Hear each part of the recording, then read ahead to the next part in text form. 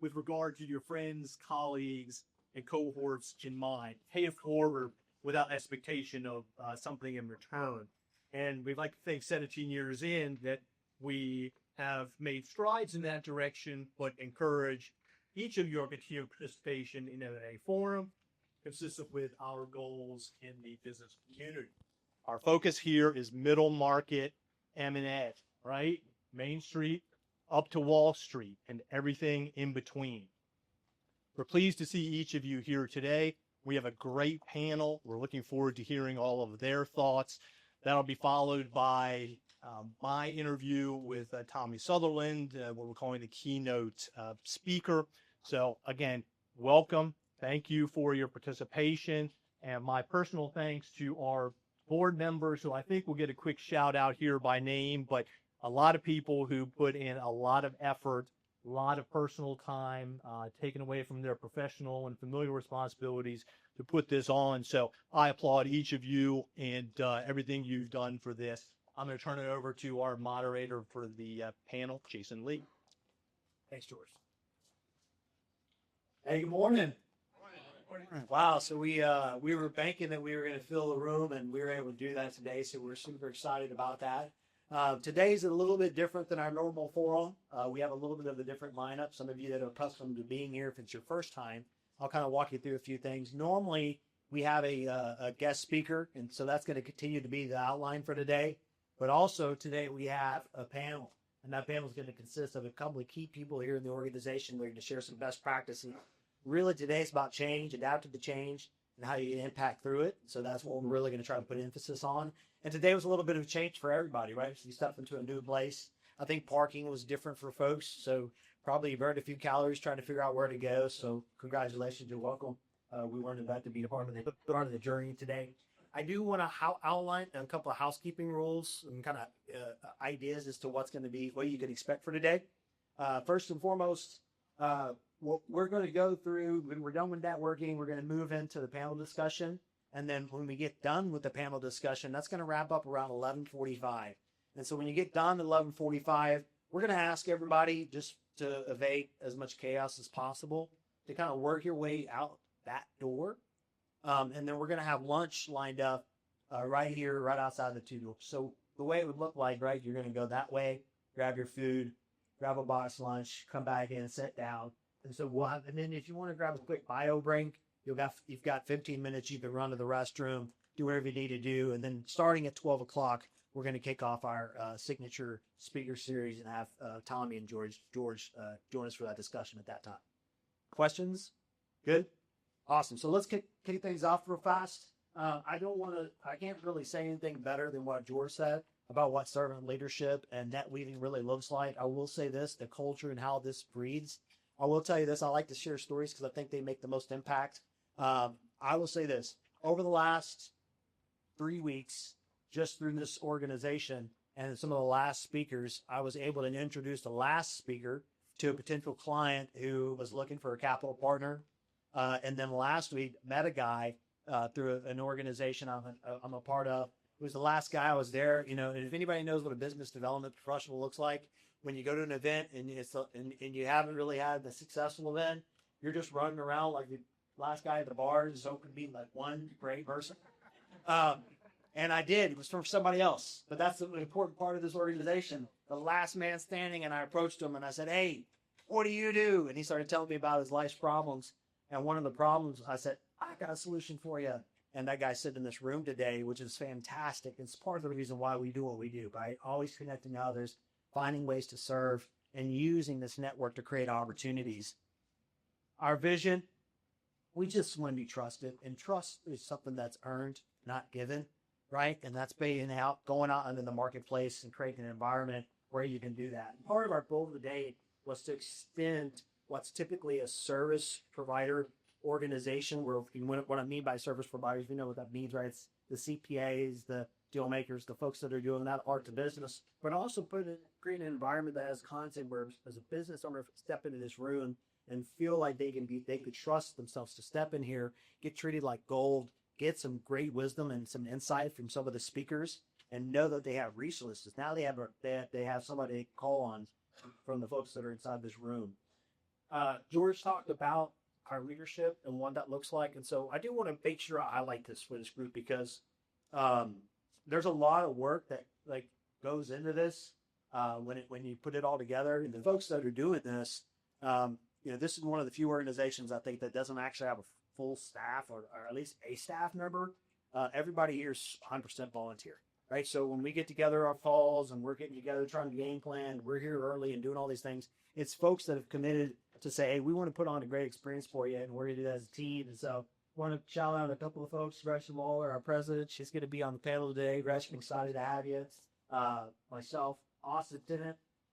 Austin's joined us today, the man that the legend. Doug Ryan, Mr. Moneybanks. So he's keeping track of the dollars. So if we end up having to downsize and you guys can't figure out what happened and why we had to cut the room in half, it's Doug's fault. Oace, I can't say enough about what Oace does behind the scenes and his curation of this content and the prep work. These take they're no winging it with these interviews. They're really prepped, they're thought through, and they're pre-planned, and they're based on stuff that you guys want to do and hear. Freddy's not able to join us today. Jason, our membership chair, Melissa, who's heading up events, and then last but not least, Miss Mackenzie Childs, who is actually hilarious because we're all a bunch of A-type running around like part of my French Nation, the kind of host, and then like it's like and grabs somebody, hold on, here's how you do that step by step. Okay, cool, got it. Because if not, it would be absolute chaos. We'd be having a lot of fun, but it'd be absolute chaos. And then I want to talk about our sponsorship. So a couple of the key component about today's event is obviously giving our sponsors opportunity to showcase themselves, but not just, hey, you're a sponsor showcase, but hey, you're a sponsor, you've got great value. How can we curate something that you can come in, speak and articulate, something that people would take away with, and that's applicable to our current season that we're in? And that's what we're going to do. So we're going to get to hear from Gretchen and Venture HR, DCFO, Dustin Williams, who's here today, Melton and Melton. So they're joining us. We have one of their tax partners joining us today. And then my organization, those are our platinum sponsors, and obviously our Encore Service Partners who's listed out there. We've got a special event coming up in a couple of months where Encore's going to get to step in and showcase some time with one of our speakers, which is going to be exciting. And then wanted to step up myself. There was a space where the content mattered and it was relevant. And so my organization stepped in. George, my CEO, is joining us today. But we decided we wanted to help you guys, or not help, but we want to be part of today's signature event. So he's going to be on our panel as well. So with that, I want to turn it over to membership. Jason, just give everybody a quick highlight of what's happening in membership. We're growing. We're going well. And it's a tribute to everybody that's participating in this. My name is Jason Menace. If you don't know who I am, I'm in charge of everything that's related to your client experience, or the membership experience, I should say. Deal makers at work, this is what we do. And so ideally what we're focused on with is the areas of understanding who and what we are and how we do it. And my ask is that if you get an email or a text from me, please respond back, because what's going to end up happening is we're going to sit down and actually need to know who you are, what you do, what's important to you, what do you want to get out of the organization? Most importantly, who do you need to meet? My job is to make sure that you meet the individuals that are participating within the organization in an environment, in their space of M&A. There is a process within that. And my job is to make sure that your experience is you're capitalizing on everything that's there to support you and leveraging resources that are here. Because everybody in this room is selling to the same individual client. Number two, there's people here with influence, which absolutely says one thing. Really good at what you do. People trust you. People like you. And last but not least, you're really good at what you do. Question is, are you meeting the right people? And if you're not, I'm the person to talk to. Thank you. Fantastic. Thanks, Jen. And heading up events, Miss Melissa Taylor. What? Like, no, chill. I am so excited to see everybody here today. I see so many faces that I know and love, and then a few that I don't, and I can't wait to get to know. How do we do that? Not just by showing up at events, right? We've got to do a whole know, life, trust thing. And how do we do that? We do that through... I kind of thought that we have it. We do that through events. So I'm really excited. Actually, now that I think about it, we need to plan our next happy hour. I'll get on that. It'll be fine. And then, but we've had a ton of great events. So the lunches and everything throughout the summer. We're a little bit different than other organizations. We do lunches and kind of things like this 11 months out of the year, not just the 12. So I do heavily encourage you not just to come back, but to engage with us. Talk to Jason and Menace for membership, but we want you here. We want to get to know you. We want to like you. And honestly, again, we want to do business with you. So thanks all again for coming. Out. I feel like I should do a mic drop after that. That's pretty intense. All right, so gang, we're ready to kick things off. We're going to get everything set up and start our panel discussion. So we're looking forward to it, guys. Hey, we're at it. Take a look at our upcoming speaker, Kuzala. I think he just wants to dig in the mic. I'm President Lawler. I'm the president of Extended Mergers and Acquisitions Forum. And as you can see, we have some additional great speakers coming up in the next 3 months. So make sure that mark the calendars, sign up, be a member, so you can get the first notification and you don't get put on the waiting list. So that sucks.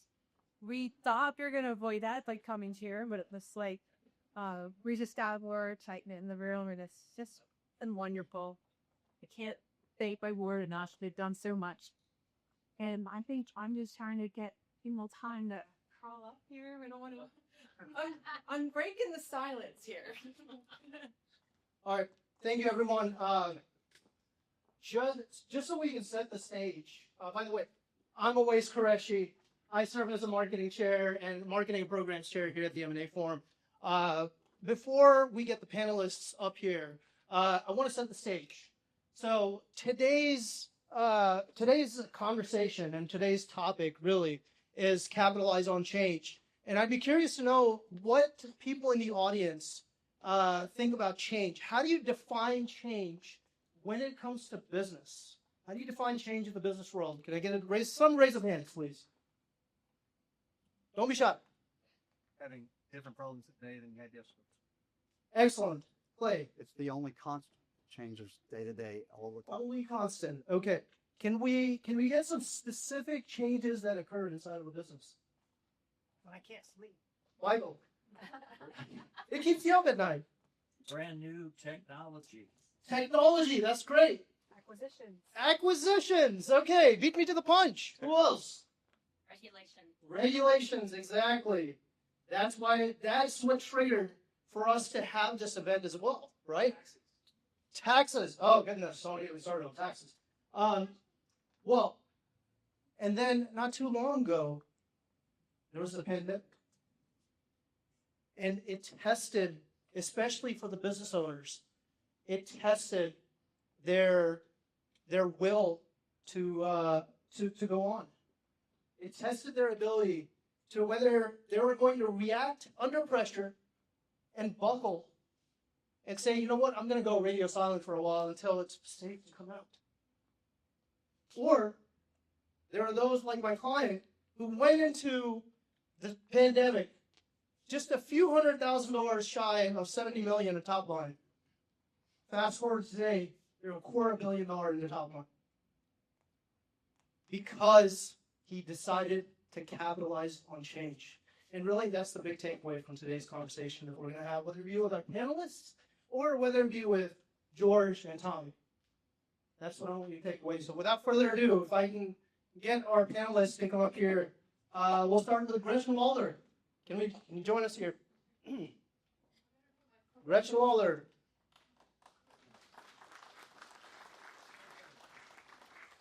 I don't know where you want me to sit. Why don't you sit right here? He's in charge. You see that? I will sit here, and I will sit there. You can sit over there. George Booth.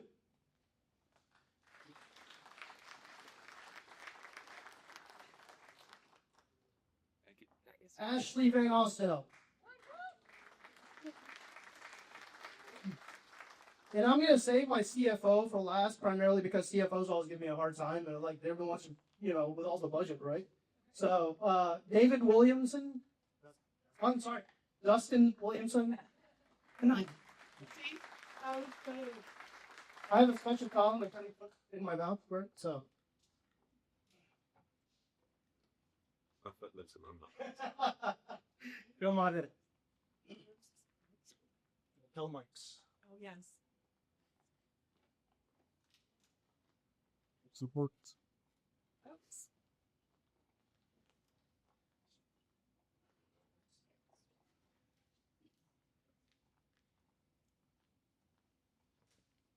You look great, guys. Thank you. Oh my, this is a really nice space.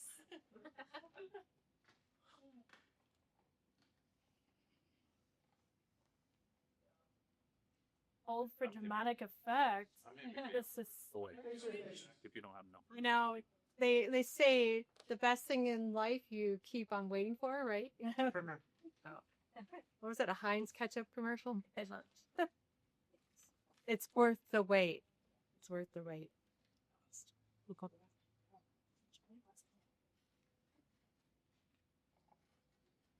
We find the fourth one. Someone else has a bell light in the audience.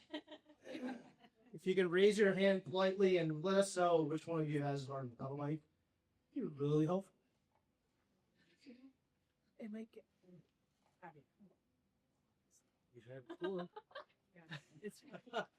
Can we shift everyone to Shift everyone.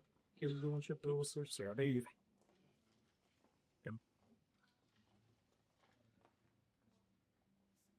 You get to like have a little peek about the behind the scenes. I hope everyone feels really lucky, because that's what this is about. So, and honestly, for those of you that have been frequenting our events, we've obviously moved to a new location, and so we're still trying to figure our way out here. So thanks for being. We are cute. Excellent. Okay, are we good to go? Think so. All right, wonderful.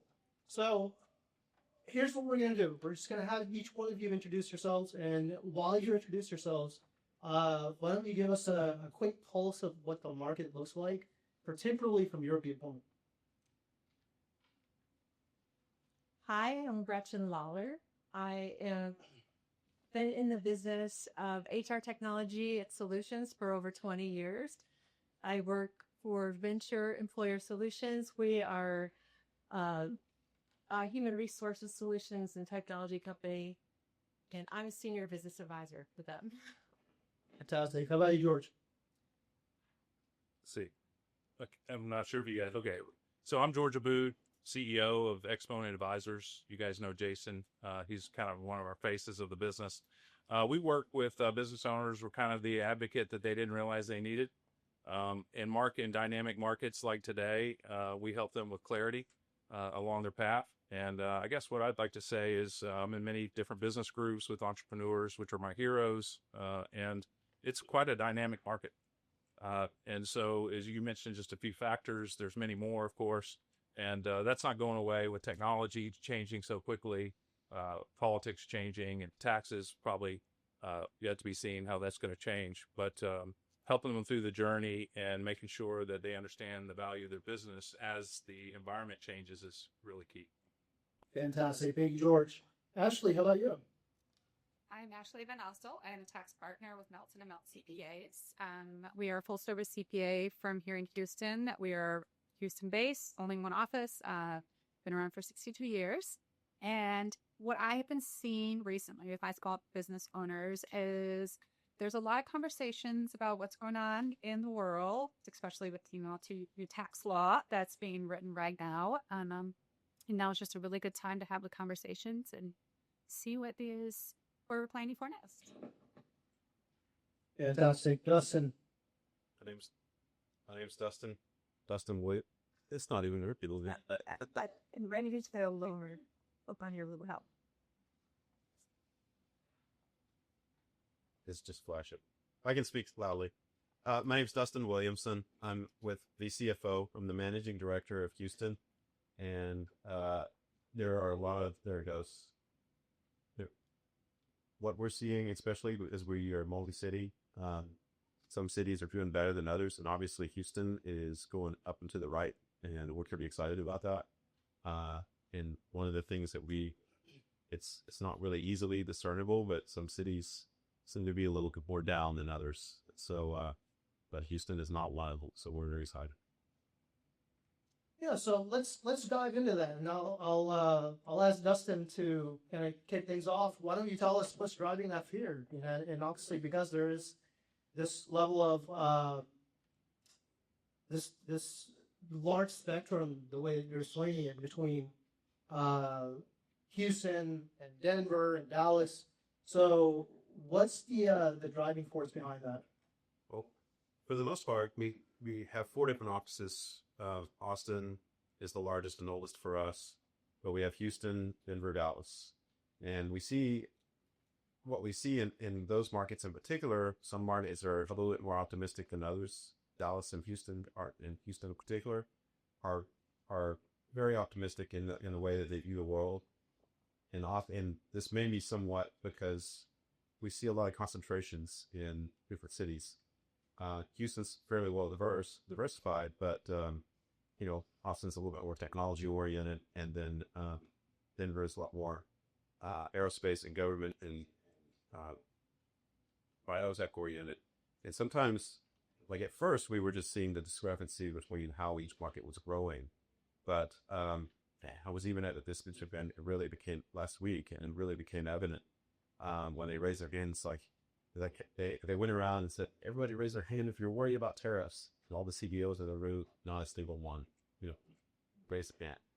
And then, but we have clients on the East and West Coast, especially like LA or even in Austin, and that's all I could think about, is tariffs. It just really got them like to the point where one of the things that at least in my mind that I'm seeing is perception of risk.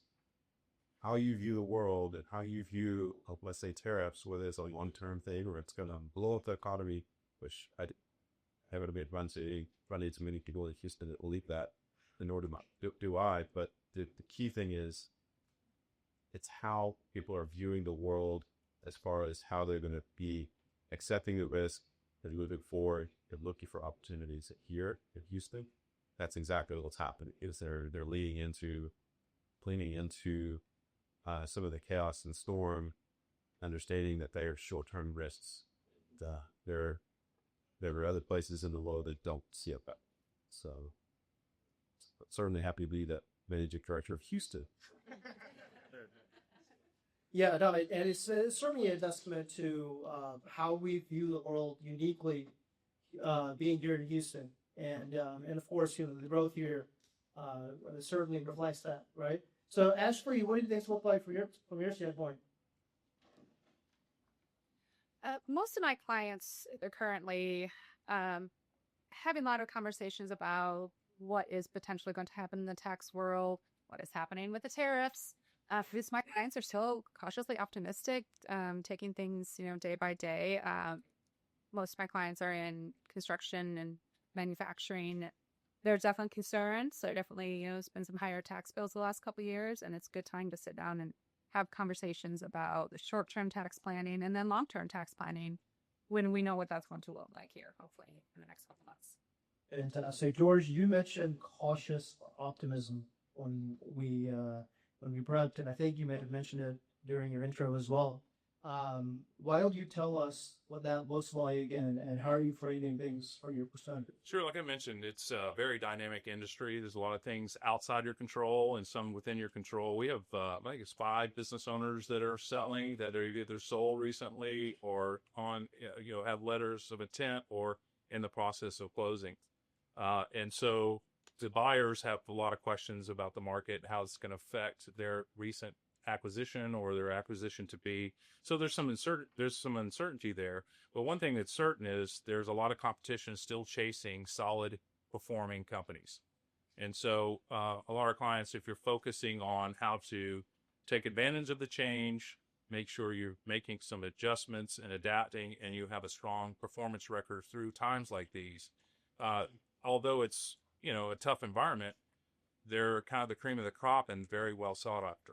So that marketplace is still booming to attract solid profitable companies is what we're seeing. Yeah, absolutely, and that can certainly make or break how they look to perhaps the next buyer in the next couple of years as well, right? That's correct. It's absolutely. I mean, the multiples are a question, but again, how the companies have demonstrated resilience in times like these builds confidence, and so that's what we're seeing. You're speaking my language.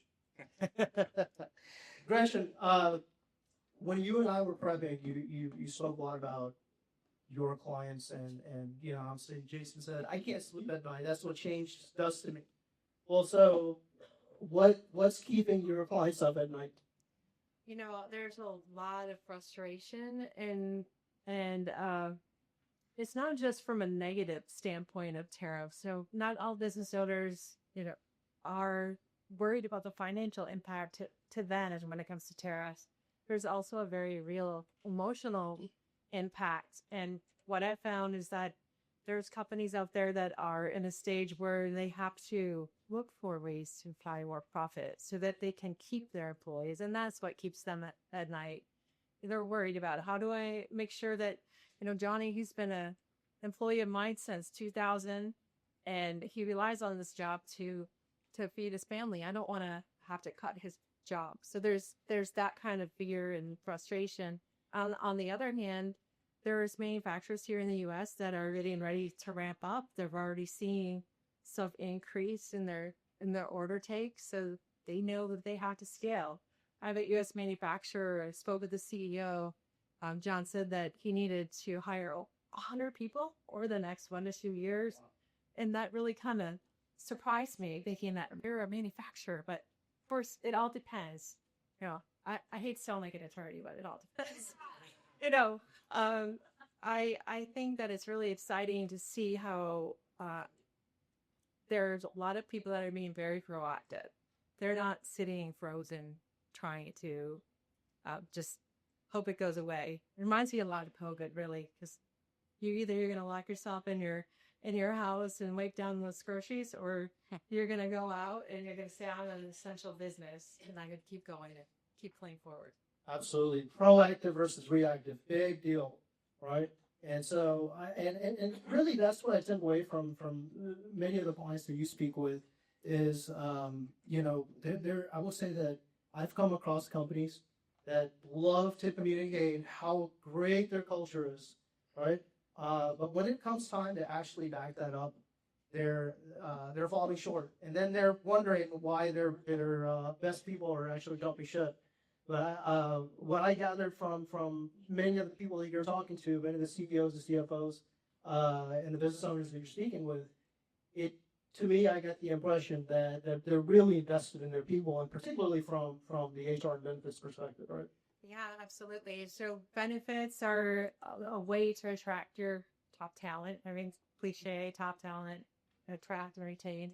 But really, what's interesting about the benefits side is that you can create a way to grow your employee base. And then also they're looking at, from an HR perspective, they're looking at ways for them to reduce the compliance risks that they're going through in today's world. It's so many more remote employees. It's now not just multi-staying, it's now multi-nation. So we now have to look at it from a world compliance standpoint. Yeah, absolutely. Well, let's, George, if you can tell us a little bit about, particularly exit stage businesses and how they're looking at this. Sure, I can weigh in on this too. In order to get to the next level, business owners have to rely on a great team. And either they built that level and they're relying on a great team, or they're trying to get there with our clientele. And so what we're seeing is they're trying to figure out ways to incentivize building profit and depending on teams without the fear of them leaving, or maybe even giving away equity. So it's really important question is, how do we build the team and build a culture around the team that energizes them to help build your business, as well as a financial strategy to reward them and incentivize them and retain them. And so we're seeing a lot of interest in those areas in order to get to that next level. But what I'm hearing is, deal making isn't necessarily just buyer and seller. It could certainly be a deal making between owners and their employees. That's definitely, yes, there's definitely a deal making going on there, but it has to be a win-win to have longevity.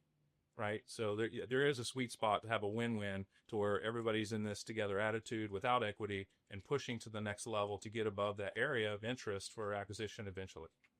Certainly. Ashley, you had mentioned that there's tariffs are prompting a little bit of a pause, particularly when it comes to supply chain. Of course, it's creating a little bit of a disruption. So who's adapting well in your books, and who was lagging behind?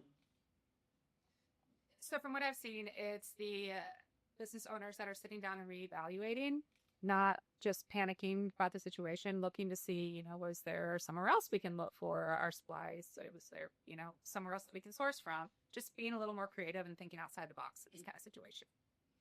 Thank you. Justin, how about you? How are you maybe advising, or even what are you seeing particularly from your clients when you're hearing or having conversations with them over the course of the last 8 to 12 weeks? What are they saying to you? How are they wanting to kind of reposition themselves to be a bit more strategic? Well, one of the items that we do, no matter what the situation is when we walk in the door, we start looking at long-term contracts and start looking at ways to either diversify the supplier base, but also to renegotiate deals that you've had going on for years standing and start looking for ways to optimize those contracts. So regardless of the situation, whether it's tariff or non, this is a really good opportunity to start looking at that and then start looking at alternatives because it really evens the play field in some regards because some countries in particular, and it's probably the one that's going to be really surprised to see some distraction going on with China, but they let's say oil-filled chemicals.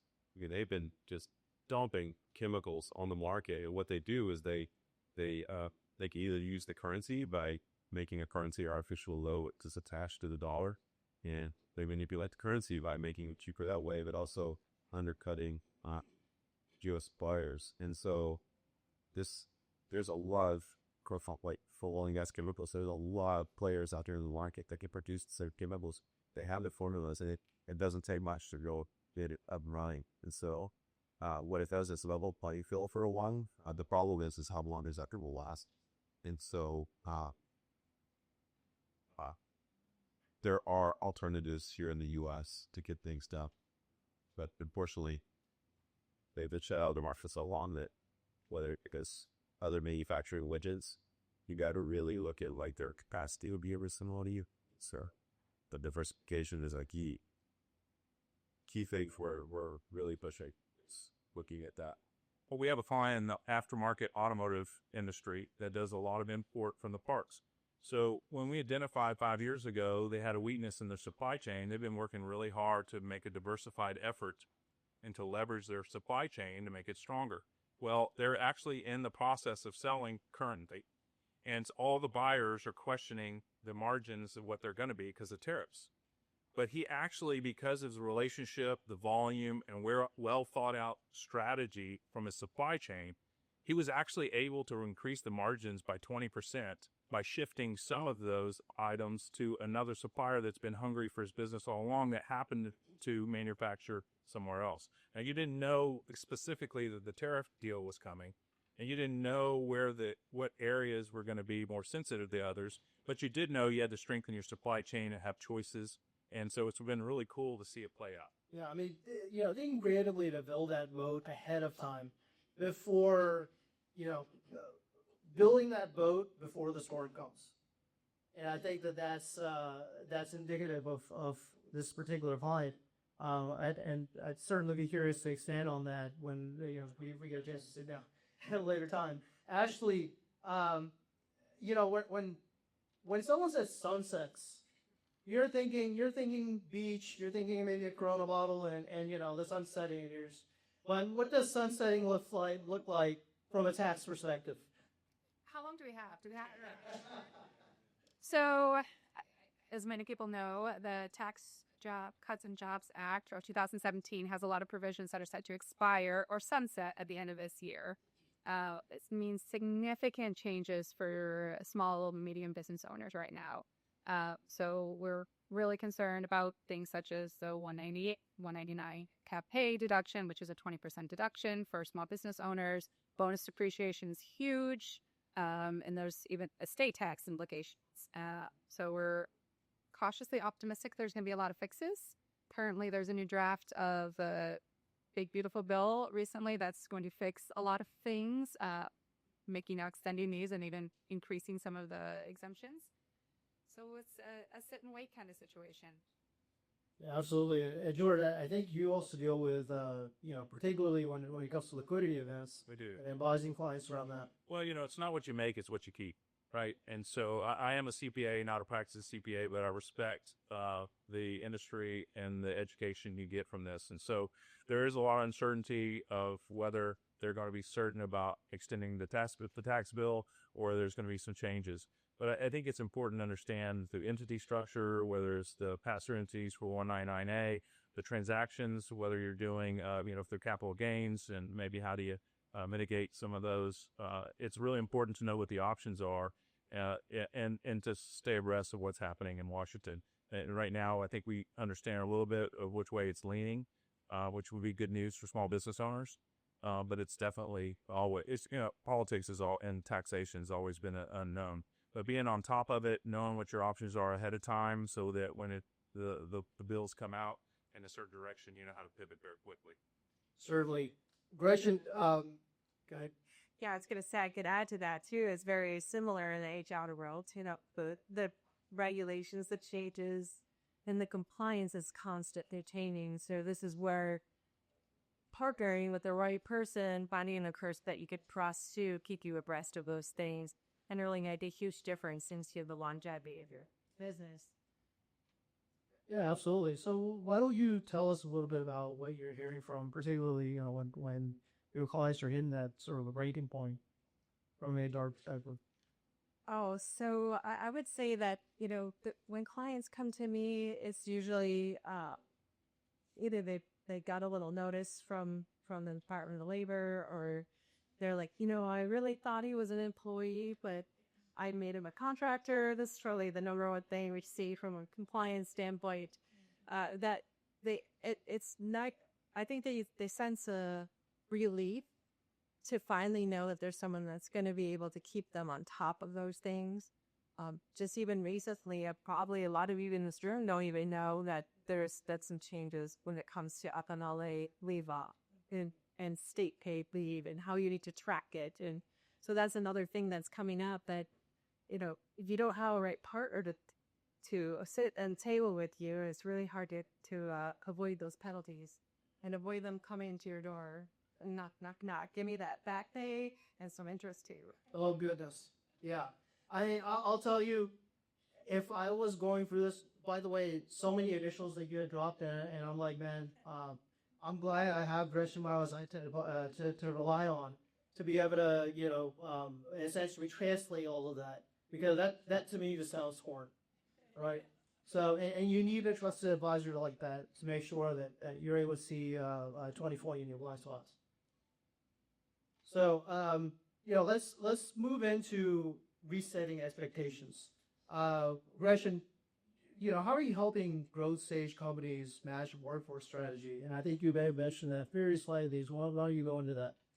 Yeah. So, what's interesting is that our clients aren't frozen by fear or the pressure, so they're going out there proactively looking for those solutions and ways that they can afford their top employees who made them so successful.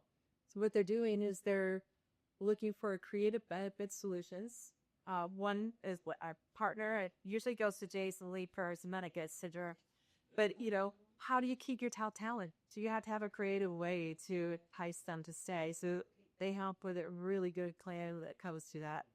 And then also, how do you stay on top of the compliance? And with the growing companies, it's recruiting solutions. How do we recruit and create a streamlined process for onboarding so you can scale quickly? And there's one thing that I think is unique about a venture, what we do, and it's our benefit guide, is we have a solution that can actually make benefits a profit line on your P&L when you're looking at that acquisitions. George, how are you helping?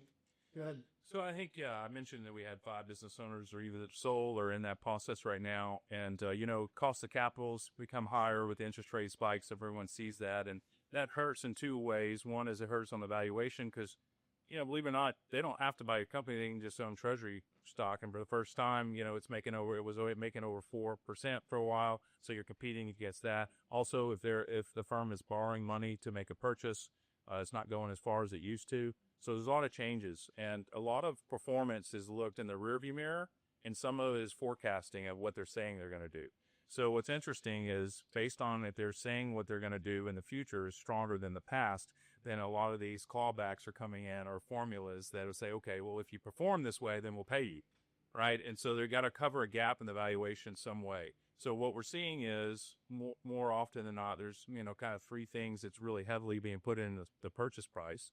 Maybe the multiples aren't suffering, but how they get the money is suffering or is changed. And some of it is, you have to take an installment sale back. You have to roll equity in somewhere between 10 to 30% of the deal, rolling equity into the new deal.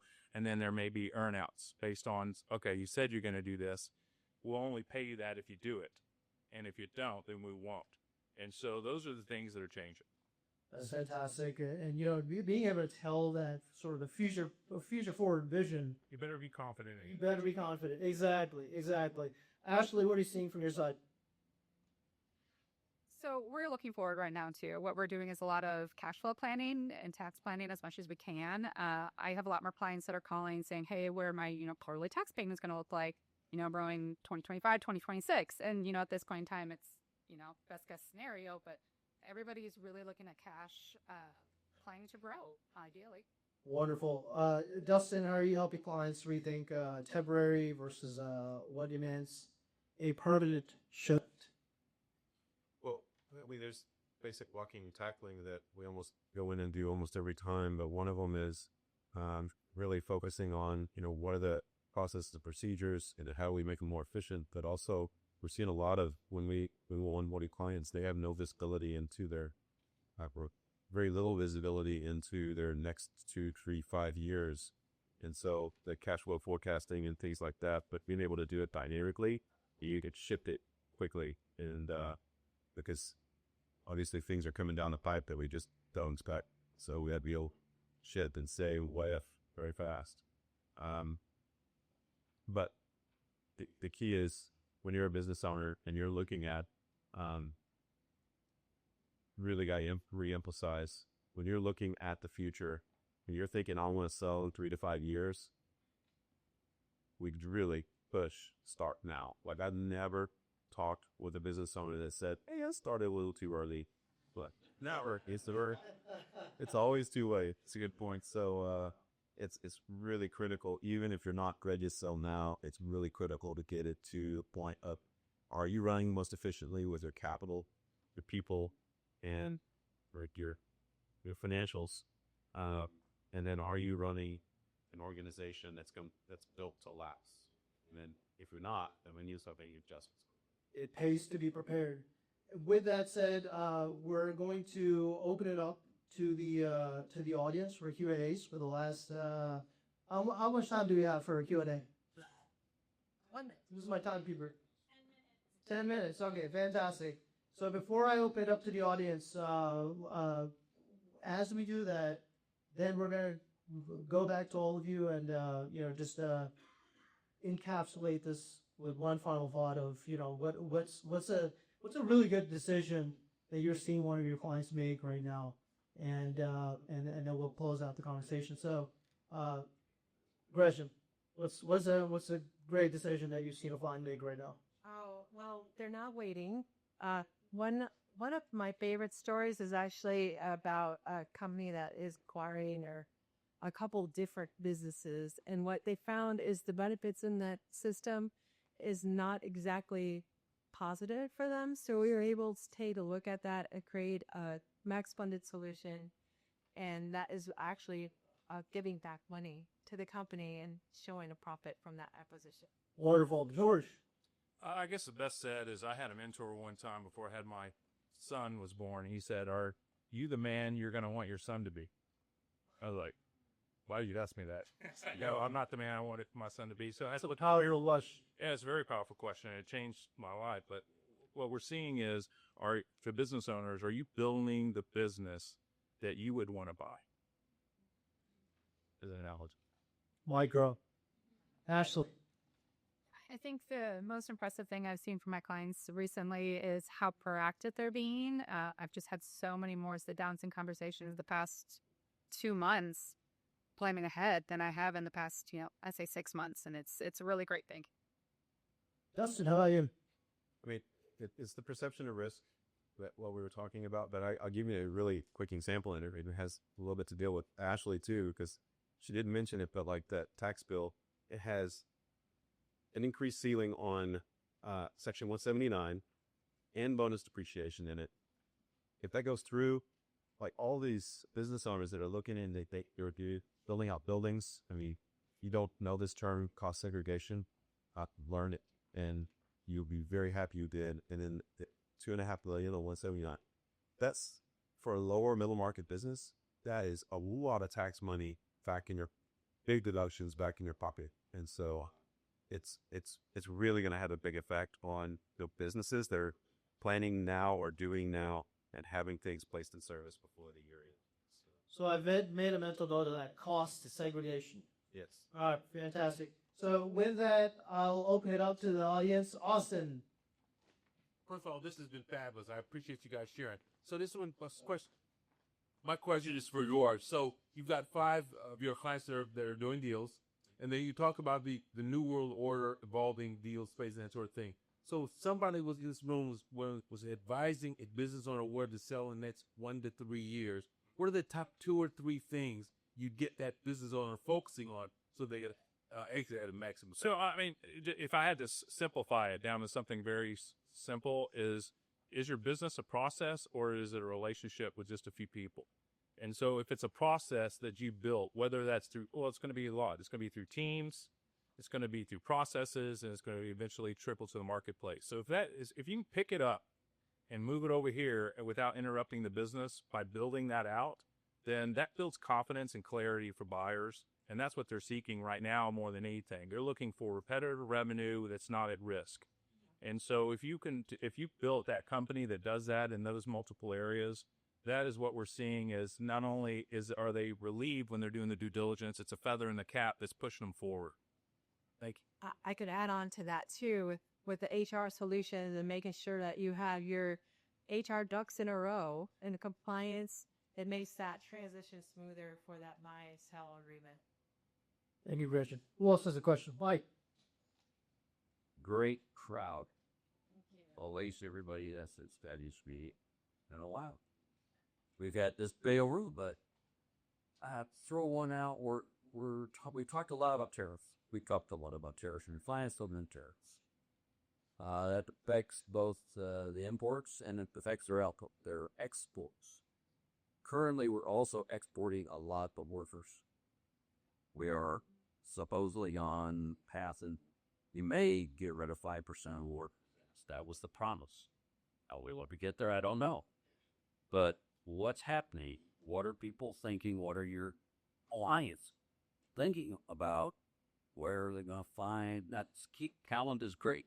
Where you can find the talent when we got 4 or 5% less workers in this economy. So. You nailed it, Mike. That's exactly the case, and they're worried about where their place might come from. We have a couple solutions there. There's nearshoring. They call it nearshore staff augmentation. So the virtual positions, and then in the manufacturing space, I'm seeing a lot more with how can you make the robotics work in kind with the human beings. That means that you need some different type of talent. So we need those recruiting services that are specialized to help you find those key employees. And I would say that that is a very real concern, and I think that we're probably going to have to be creative with that.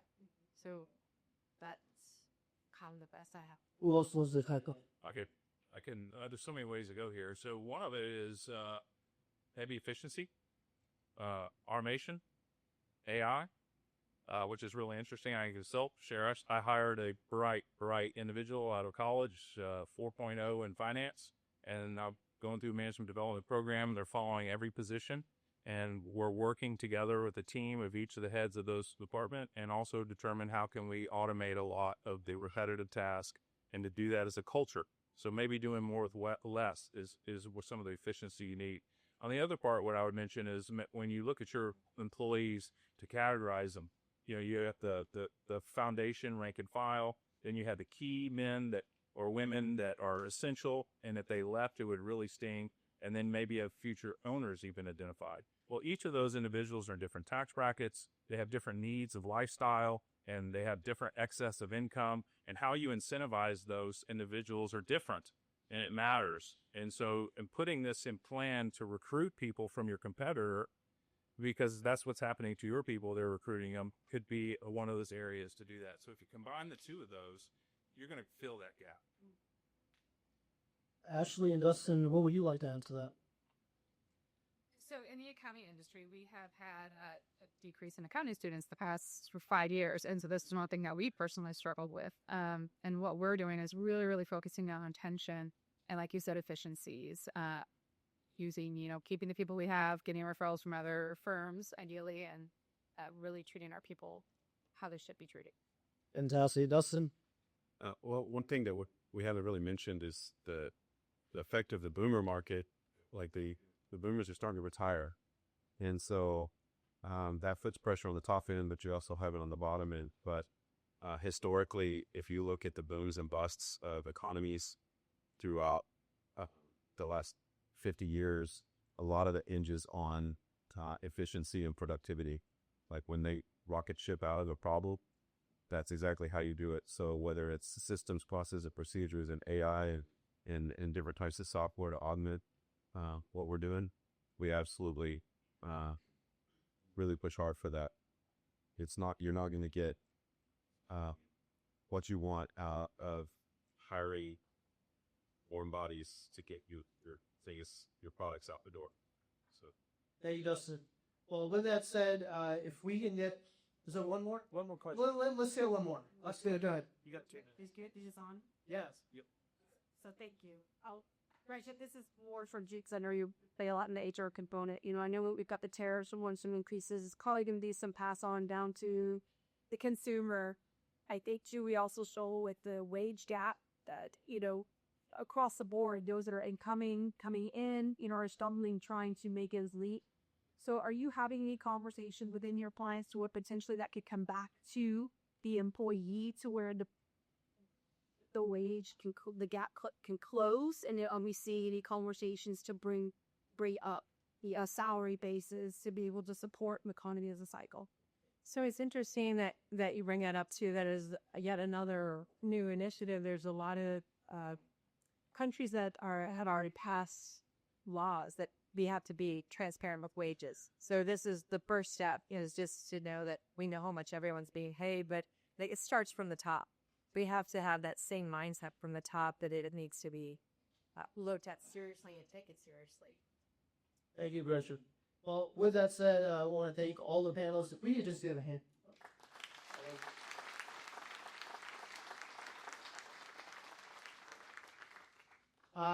So for now, I think I'm sure everyone's hungry. I don't know, but I think we have. Did we provide food today? I think they said no. How are we doing this? Are we getting everyone out? Yeah. Go ahead, Melissa. Yeah, so we are going all the way out there. The feed is right on the other side of this wall. Then you can come back in, put your plate down, and then we have drinks for you right here. We've got water, teas, and coffee. Sorry. Just looking from that door is the exit. That door is the exit, and then one of these two right here is the entrance. All right, fantastic. Thank you, everyone. So we'll adjourn, and then we can come back within the next 10, 15 minutes. Thank you.